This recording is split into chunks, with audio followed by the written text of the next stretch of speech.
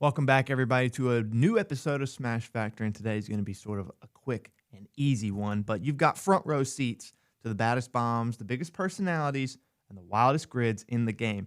Now, we may not have had any events this past weekend, but don't get it twisted. The storm is still brewing because this week, all eyes are locked in on Lovingston, Virginia for one of the biggest events of the season, the East Coast Classic. So before we hop into all that stuff, let's thank our wonderful sponsors here at Ultimate Long Drive, Copper Fit, the official glove of Ultimate Long Drive, Tech, Buzz Clear, 1764 Apparel, Short Par 4, Yingling Brewing, Survivor Tees, Shark Attack Golf, T-Claw, Catalyst, 4 Yards More. We got a little something special for you later on with In Range. We'll get into that in a little bit. So let's talk about the East Coast Classic. This is more than just another stop on the North American Tour. This is where hitters go to make statements. If you haven't been to the East Coast Classic, last year was my first time going, and it was a blast. It came down to the wire between Fernandez and Joyner. It was incredible to watch, incredible to be there. So if you haven't had a chance, or if you've ever been before, you know what it's like to go to this event. So the East Coast Classic's going down at the stunning Wood Ridge Farm Brewery. I mean, talk about picturesque if you've ever been there. And with names already buzzing and distances already flying in prep events, you already know that this grid's going to get scorched. So whether you're a seasoned vet or a new name trying to make some noise, this is the kind of stage that turns drive numbers into legacy moments. And if you've been watching the build-up on social media, you know big matchups are coming, rivalries are real, and the belt dreams are alive and well. So remember, that is going to be taking place June 7th, 11 to 8 Eastern Standard Time, Lovingston, Virginia, at the Wood Ridge Farm Brewery. That's the East Coast Classic on the North American Tour. Let's jump into the schedule remaining for Ultimate Long Drive, talking about the rest of the things going on this weekend. We do have one more event out in Central Texas, which will be double points at the Rim Golf Academy and driving range from 10 a.m. to 1 o'clock p.m. Big event weekend on the 14th. Like we talked about last week, Minnesota, Iowa will have their 9th event for double points at the Bertram Chain of Lakes from 8 to 1 o'clock p.m. Michigan will have their 4th event at Tap-Ins for double points from 11 to 2 o'clock p.m. Western Carolina will have their 7th event for double points at the Par T Golf Center from 1 o'clock to 3 o'clock p.m.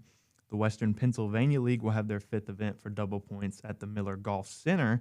Coastal Carolinas League will have their 6th event here in Sunset Beach, Sandpiper Bay Golf and Country Club, 3 o'clock to 5 o'clock p.m., and the Arizona League will have their 2nd event for double points, 5 o'clock, 7 o'clock p.m. at the Dobson Ranch Golf Course. Moving to the 21st, one event in the Mid-Atlantic League, going to be the Top Dog event number 9 on their season from 11 to 2 o'clock p.m. And then June 28th, SoCal has an event at the Torian Golf Course for double points, which will be their 6th event of the season from 1 o'clock to 3 o'clock p.m. Moving into July 5th, the Central Texas League has their 8th event at the Golf Ranch Dallas from 10 to 1 o'clock p.m. Another North American Tour stop coming up as well. This time it's going to be in Connecticut at the Chris Coates Driving Range. That's the 3rd North American Tour stop. It's an all-day event from July 12th through the 13th. Also on the 12th, the SoCal League will have their 7th event at the Morongo Golf Club at Tequette Canyon from 9 to 12 o'clock p.m. Minnesota, Iowa back at it for their 10th event at the Bertram Chain of Lakes, once again from 10 a.m. to 1 o'clock p.m. Michigan has their 5th event at Tap-Ins from 11 to 2 o'clock p.m. And Coastal Carolina has their 7th event at Sandpiper Bay Golf and Country Club, once again at 3 to 5 o'clock p.m. That's all on July 12th. Moving to July 13th, the Western Pennsylvania League has their 6th event at Miller Golf Center from 1 o'clock to 3 o'clock p.m.